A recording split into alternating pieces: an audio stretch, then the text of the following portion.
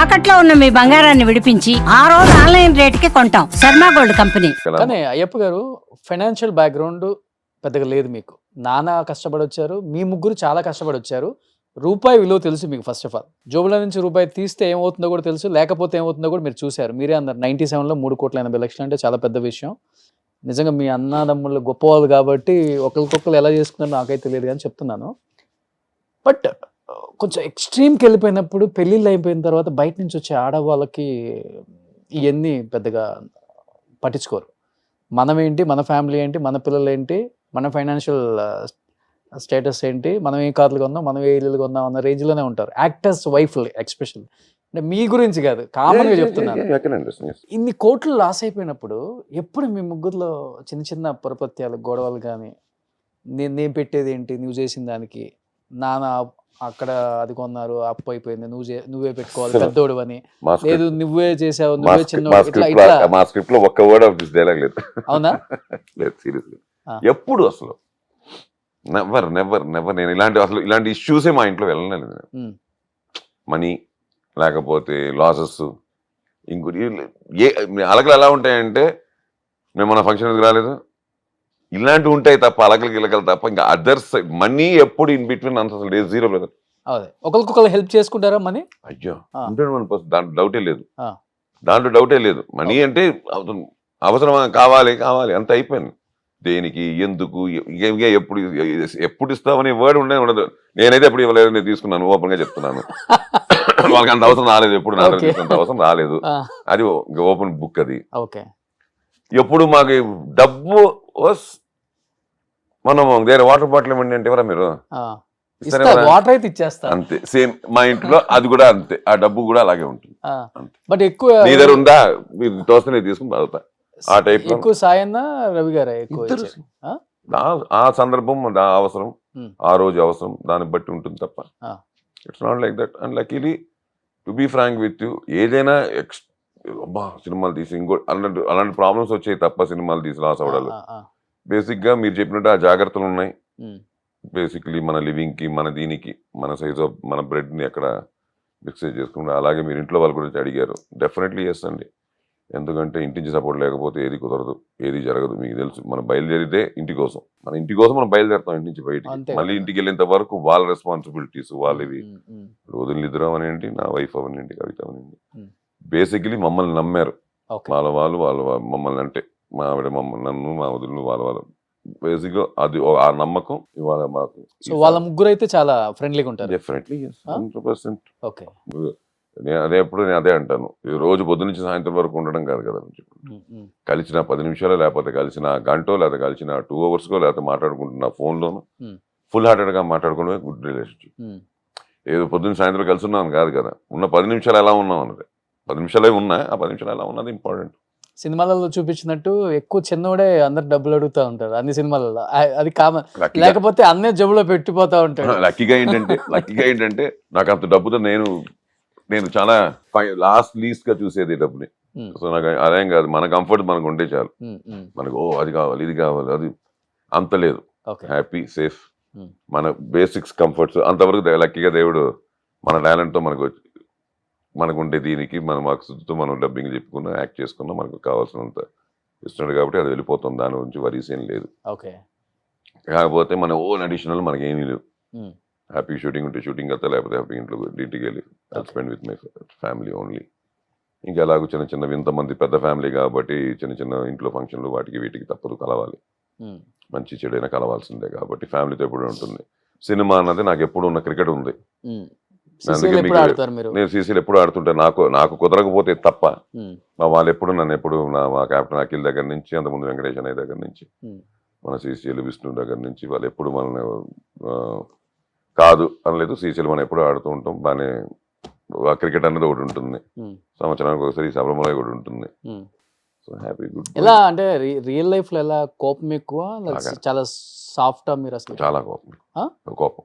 నేను ఇప్పటికీ తీయట్లేదు కానీ రోడ్ల మీద రోజు వారానికి 4 సార్లు దొరుకుతుంటాను. యాక్చువల్లీ ఎవరు వీడియో తీసి పెడతారో చూస్తుంటా.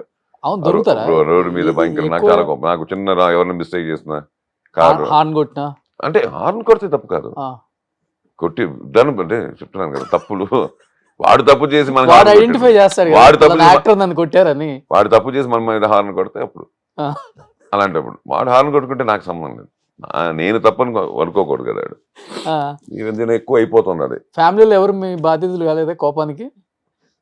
అలాంటి ఇలాగో అంటే అయ్యే చాలా గతంలో చాలా ఉన్నాయి ఇలాగో. రోడ్డు మీద కొట్టి రవిని తీసుకుని పోలీస్ స్టేషన్ లో కూర్చోబెట్టి నన్ను రవినంతా అలాంటివన్నీ చాలా ఉన్నాయి.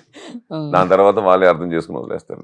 బేసికలీ ఏంటంటే కోపం అంటే కోపంగా అంటే ఏంటంటే సిస్టంలో ఎక్కడైనా చిన్న మిస్టేక్ జరిగినా నా కోపం ఎక్కువ ఉండేది. అది బేసికలీ అది రోడ్లు నుంచే స్టార్ట్ అవుతాయి, సొసైటీలోకి స్టార్ట్ అవుతాయి. ఇలాంటి వీళ్ళలో ప్రాబ్లం ఉండదు.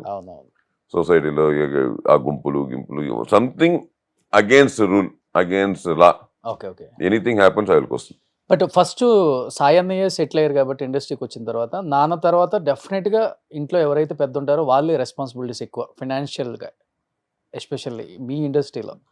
అది తీసుకుంటేనే కష్టంగా లేకుండా ఇల్లు చాలా స్మూత్గా వెళ్ళిపోతుంది. ఆడపిల్లల పెళ్ళిళ్ళు కానీ, తమ్ముళ్ళు సెటిల్ అవ్వటం కానీ, ఏదైనా కానీ. అన్నయ్య ఆ రోలు 100 ఓకే ఇంక మార్క్స్ 100 ఎందుకంటే ఒక విధంగా చెప్పాలంటే 75 దేవుడు చేసిన పని 75. దానికి ముందే సంసారం అనుకుంటా, అంతేగా. సంసారం అనే సినిమా రామారావు గారిది, నందమూరి రామారావు గారు, తారక రామారావు గారి సంసారం అనే సినిమా. దానికి ఫస్ట్ డబ్బింగ్ చెప్పినట్టు Sai. He was very young. To be frank with you, dubbing చెప్పడం ఆ రోజులో, వెళ్ళడం చెప్పడం వచ్చేయడం ఆ రోజులో నాకు తెలుసు 75-100 రూపాయలు ఇచ్చి ఉంటారేమో మ్యాక్సిమం.